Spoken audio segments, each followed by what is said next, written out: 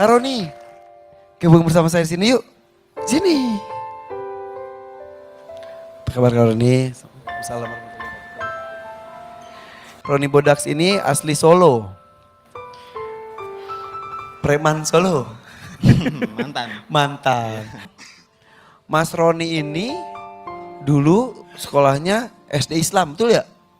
Di SD Al Islam 2 Jamsaren, Surakarta. Nah, kemudian dari SD ke SMP. SMP-nya? SMP Al Islam 1 Surakarta, RSBI. Nah, SD-nya SD Islam. SMP-nya SMP Islam. Tapi dia punya tato sejak kelas 1 SMP. 1 SMP. Kenapa pakai tato? Ya mungkin kalau Pas dulu, yang pertama. waktu dulu itu dari lingkungan. Dengan lingkungan yang kurang baik itu. Waktu dulu itu kan sering kalau nggak mabuk di game online. Suatu ketika itu disamperin. Sama itu anak-anak pang itu. Anak Suruh pang? nyariin orang. Ya loh kok kelihatannya terus ngajakin kenalan nyariin orang. Oh nggak tahu. Nah, terus berkemudian hari itu waktu itu saya nyari alkohol juga. Nyari minuman. Ketemu loh ini yang kemarin gitu. Sampai akhirnya saya samperin. Saya ke situ nyamperin ngobrol-ngobrol dulu. Sampai akhirnya pun minum bareng. Setelah minum bareng itu awalnya kenal tato. Orang tua tahu kalau pakai tato. Tahu. Reaksinya gimana pertama? Ya mungkin reaksi kan kalau bapak dulu ya mungkin pernah lah ngalamin seusia saya. Tapi dia pasti kalau ngasih nasihat itu kamu nggak tatoan nggak apa-apa. Tapi ya jangan berlebihan gitu, maksudnya jangan berlebihan. Akhirnya itu singkat cerita bapak meninggal Di Jakarta. dibawa pulang ke Solo. Waktu itu belum ada pikiran pengen berhenti nakal, belum ada. Bapak meninggal biasa saja. Masih biasa, malamnya itu kan masih sama teman-teman masih ngumpul, masih mabuk gitu. Sampai akhirnya pun ada salah satu teman tanya, kamu kok nggak sedih? Padahal itu orang tuamu udah nggak ada. Ketika jenazah Siang, datang, habis sebelum Jumatan itu datang, baru jatuh nggak bisa apa-apa. Waktu udah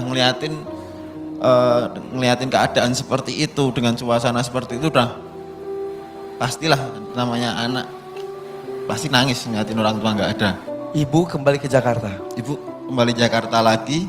Setelah itu Mas Roni masih di Solo. iya masih di Solo. Mabuk, tato masih jalan terus. Oke. Sampai akhirnya pun di suatu ketika waktu udah mungkin ngerasain di bawah, waktu udah ngerasain udah bener-bener nggak punya apa-apa. Ada orang cuma nawarin makan gitu. Mas Roni kamu udah makan belum? Itu udah seneng banget, baru ditawarin aja. Kesepian di Solo. Ya, kesepian Ibu di Solo. Jakarta. Ibu di Jakarta. Apa yang membuat momen tiba-tiba setelah kesepian datang, momen tiba-tiba memerlukan. Dan mungkin singkat cerita ditelepon sama ibu dari Jakarta. Itu ditelepon langsung, Mas Roni ibu mau pulang. Seketika itu kan langsung kaget, langsung bengong. Padahal aku belum ada apa-apa, isi rumah habis, motor habis semua. Semua dijual. Iya jual semua motor udah. Terus? Sampai bingung udah nggak punya apa-apa itu mau ngomong apa ke ibu nggak bisa kan. Setelah itu pun ibu memberikan syarat, Mas Roni ibu ada syaratnya kalau seandainya ibu pulang ke Solo gitu. Apa Syaratnya apa bu? Ibu cuma meminta Mas Roni sholat lagi, Mas Roni ngaji lagi seperti waktu sekolah lagi, seperti waktu masih kecil lagi. Nggak sadar mulut langsung menjawab, iya bu, bismillah. Belajar Iqra lagi dari Iqra 4. Itu juga tantangan juga nggak mungkin kenangan yang indah saat pertama kali hijrah itu. Belajar bersama anak-anak. Kalau mungkin nggak bersama anak-anak, sama orang-orang tua. Soalnya kan itu tempatnya itu suatu wadah buat eksperimen semua. Jadi mantan napi, mantan narkoba, udah mantan preman jalanan, mantan anak pang, ngumpul di situ belajar Al-Quran, belajar sholat.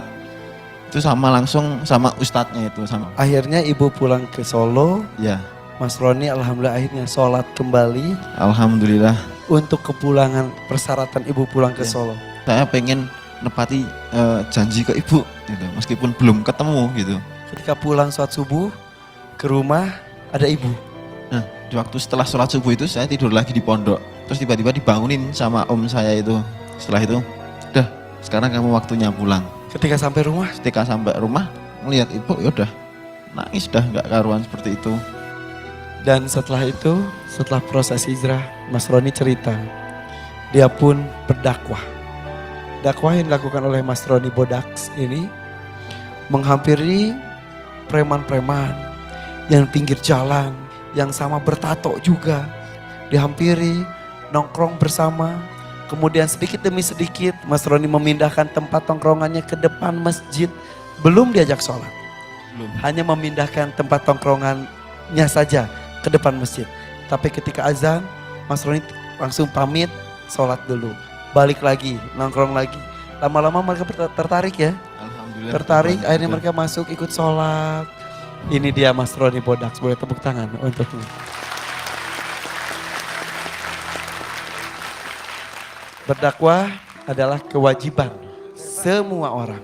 Tapi dengan kemampuan kita masing-masing. Suatu hari Nabi berdoa, Allahumma aizil Islam bi ahadil umarain. Ya Allah, kuatkan Islam dengan salah satu dua Umar.